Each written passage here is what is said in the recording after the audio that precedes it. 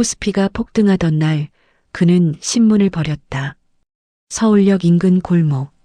한겨울 추위 속 노숙자 차림의 중년 남성 한 명이 떨고 있는 강아지 2마리를 품에 안고 조용히 앉아 있습니다.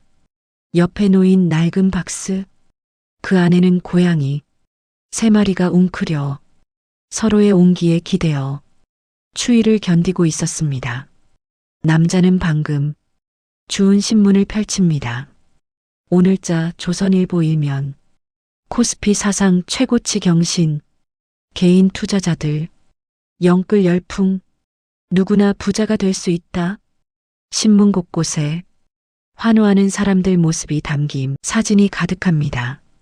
남자는 경제면을 유심히 읽어 내려갑니다. 한참을 들여다보다가 갑자기 신문을 접어 옆 쓰레기통에 던져버립니다. 그리고 품속 강아지를 더 꽉 끌어안으며 중얼거립니다. 또 시작이구나. 그의 손이 미세하게 떨립니다. 모두가 환호하는 폭등장. 그런데 왜 이 남자는 신문을 버렸을까요? 대체 무슨 이유로 한겨울 거리에서 5마리 동물과 함께 이렇게 살고 있는 걸까요? 이 놀라운 반전이 궁금하시다면 잠시만 구독과 좋아요 눌러주세요. 여기는 인생 라이프. 평범해 보이는 사람들의 놀라운 반전을 전해드립니다. 그럼 시작하겠습니다. 대한민국 증시는 연일 축제 분위기였습니다. 코스피는 하루가 멀다 하고 사상 최고치를 갈아치웠고 거리의 카페마다 주식 이야기로 시끌벅적했습니다. 20대 청년들은 영끌이라는 말을 달고 살았고 SNS는 수익 인증으로 도배되어 있었습니다. 누구나 믿었습니다. 이번엔 다르다고, 이번엔 진짜라고. 박준영, 28살, IT 스타트업 대표였습니다. 6개월 전 회사 수익금 일부로 주식을 시작했습니다. 지금까지 300% 수익. 회사도 잘 되고 주식도 대박. 그는 확신했습니다. 나는 천재야. 어느 날 오후 강남의 한 증권사 VIP 상담실 상담원이 말합니다. 대표님, 레버리지 3배로 하시면 수익이 엄청날 텐데요. 준영이 대답합니다. 좋아요. 전 재산에 신용대출까지 합쳐서 전부 넣겠습니다. 상담원이 잠시 망설입니다. 정말요? 위험할 수 있는데. 준영은 자신만만하게 말합니다. 걱정 마세요. 이번이 처음이자 마지막 기회예요. 두고 보세요. 더 오를 거라니까요. 그날 저녁 준영은 계약서에 사인했습니다. 전 재산 2억, 신용대출 3억, 레버리지 3배, 성공하기만 하면 15억. 손가락이 떨렸지만 그건 두려움이 아니라 흥분 때문이었습니다. 같은 시각 서울역 인근 골목. 강민수는 오늘도 어김없이 유기동물 5마리와 함께 있었습니다. 강아지 2마리, 고양이 3마리, 모두 버려졌던 아이들이었습니다. 강민수는 매일 새벽 폐지를 주워 동물 먹이를 구했습니다. 그의 하루는 오로지 이 아이들을 위한 것이었습니다. 어느 날 동물보호센터 직원 이수진이 그를 발견했습니다. 할아버지, 날도 추운데 복지관에 가시는 게 어때요? 강민수가 조용히 대답합니다. 괜찮습니다. 이 아이들이 저한테는 가족이에요. 이수진이 물었습니다. 이렇게 추운데 왜 동물들을? 강민수는 잠시 망설이다 말합니다. 제가 지켜야 할 약속이 있어서요. 이수진은 그 말에 뭔가 특별한 사연이 있다고 느꼈습니다. 주변 노숙자들은 강민수를 이상하게 쳐다봤습니다. 저 양반 이상해. 폐지 팔아서 전부 동물 먹이만 사. 그런데 더 이상한 건 강민수는 매일 버려진 신문을 주워 경제면만 꼼꼼히 읽었습니다. 읽고 나면 항상 고개를 저으며 신문을 접었습니다. 주변 사람들이 궁금해했습니다. 주식 정보 보는 건가? 하지만 강민수는 절대 투자를 하지 않았습니다. 어느 날 이수진이 물었습니다. 할아버지, 신문 경제면을 매일 그렇게 열심히 보시는데 왜 투자는 안 하세요? 강민수가 잠시 멈칫하다가 조용히 말합니다. 제게는 너무 익숙한 풍경이라서요. 이수진은 그 말뜻을 이해할 수 없었습니다. 어느 저녁 강남 증권사 앞거리 준영이 흥분해서 전화 통화 중입니다. 네, 지금 계약서 사인했어요. 전 재산 2억에 신용대출 3억까지 레버리지 3배면 15억이에요. 이번 주면 대박이야. 준영은 통화를 하며 흥분된 목소리로 통화를 했습니다. 그리고 기쁜 얼굴로 스마트폰 화면에 있는 문자 메시지를 보았습니다. 화면에는 코스피 플러스 2.3% 상승 중 레버리지 3배 계약 완료되었습니다. VIP 상담실. 그는 너무 기뻐서 길을 걸으며 계속 화면을 들여다봅니다. 그때 길가에 쪼그려 앉아 강아지를 쓰다듬는 남자 한 명, 바로 강민수였습니다. 준영이 그 옆을 지나가는 순간 그만 스마트폰을 떨어뜨리고 말았습니다. 준영의 스마트폰 화면이 강민수의 시야에 들어왔습니다. 코스피 플러스 2.3% 레버리지 3배 계약 완료. 순간 강민수의 손이 멈춥니다. 강아지를 쓰다듬던 손이 떨립니다. 얼굴이 창백해집니다. 강민수가 떨리는 목소리로 말합니다. 저기요. 준영이 스마트폰을 집어 올리면서 귀찮다는 듯 쳐다봅니다. 네. 강민수가 간신히 말합니다. 그거 하시면 안 됩니다. 준영이 의아해합니다. 예, 뭐가요? 강민수가 준영의 스마트폰 화면을 가리키며 말합니다. 레버리지, 그거요. 준영이 황당하다는 표정을 짓습니다. 무슨 상관이세요? 강민수가 간절하게 말합니다. 코스피가 이렇게 오를 때가 말을 잇지 못합니다. 손이 계속 떨립니다. 준영이 묻습니다. 뭔데요? 강민수가 겨우 말합니다. 가장 위험합니다. 준영이 비웃으며 말합니다. 뭘 아신다고? 노숙자가 무슨 주식을 신문 주워 읽는다고 전문가예요? 강민수가 조용히 말합니다. 제가 겪어봐서. 준영이 손을 저으며 말합니다. 됐어요. 신경 쓰지 마세요. 그리고 휙 돌아서서 떠납니다. 혼자 남은 강민수. 그는 멀리 가는 준영의 뒷모습을 바라봅니다. 손이 여전히 떨립니다. 강아지가 그의 손을 핥고 있습니다. 강민수가 중얼거립니다. 또 한 사람이 3일 후 새벽 4시 준영의 방 휴대폰 메시지 알림이 미친 듯이 울립니다. 띠리링 띠리링 띠리링. 준영이 깜짝 놀라 휴대폰을 확인합니다. 마진콜 발생. 추가 증거금 2억 입금 필요. 미입금 시 전량 강제 청산. 준영이 중얼거립니다. 뭐야?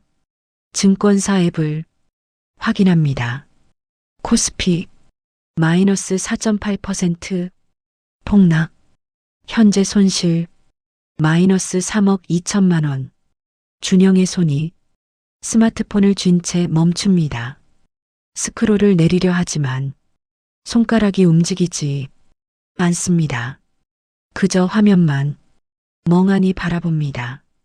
5분, 10분, 시간이 멈춘 것처럼 그는 움직이지 못합니다. 전화벨이 울립니다.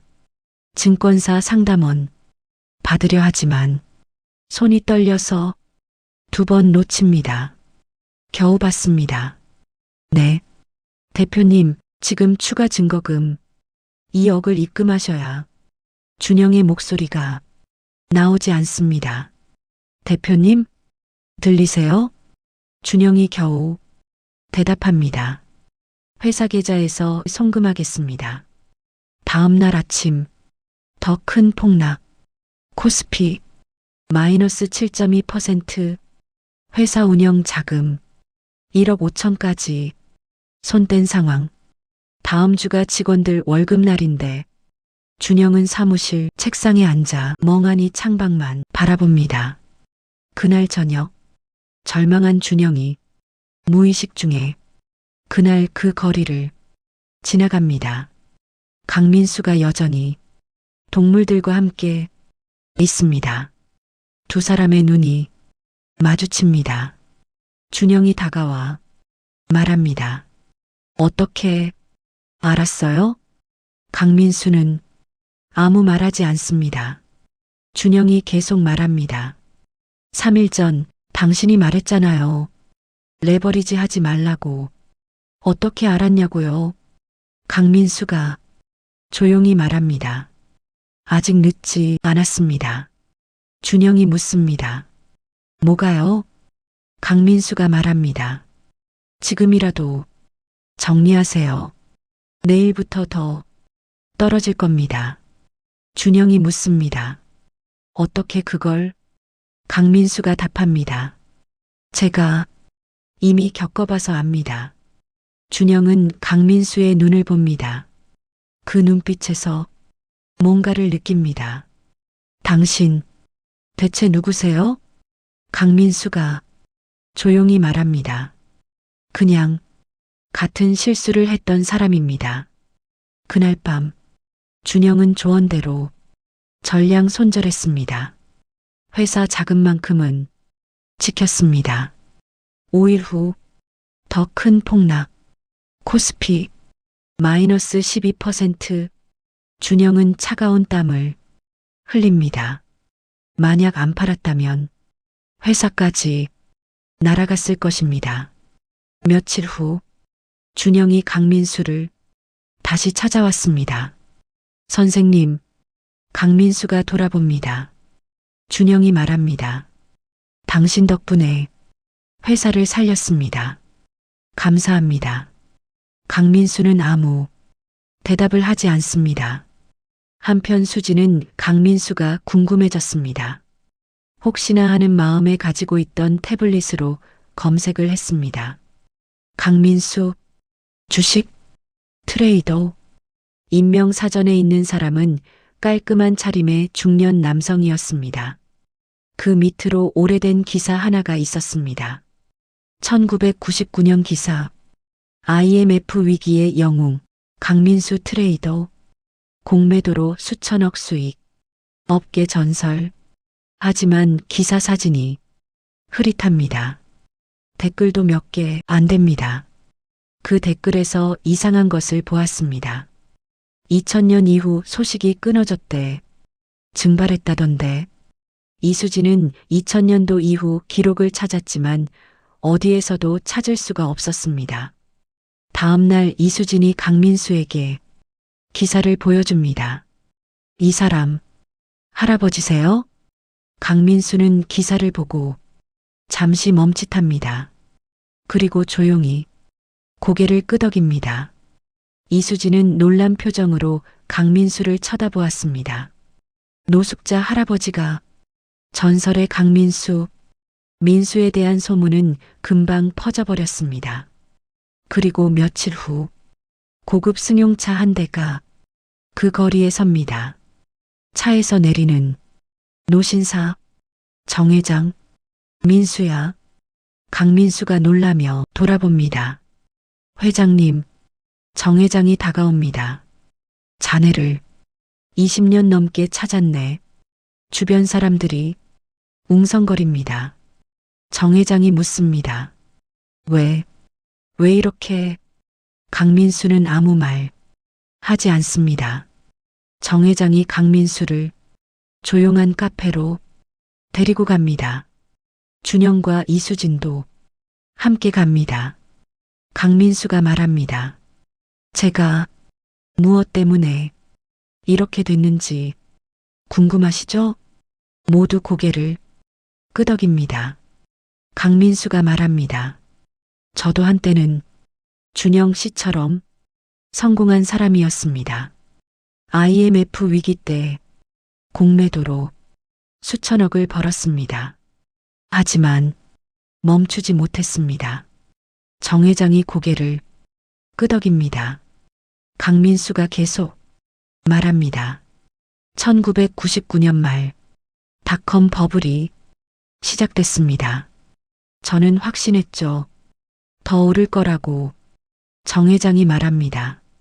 그때 말렸는데 강민수가 답합니다. 네. 하지만 전 듣지 않았습니다.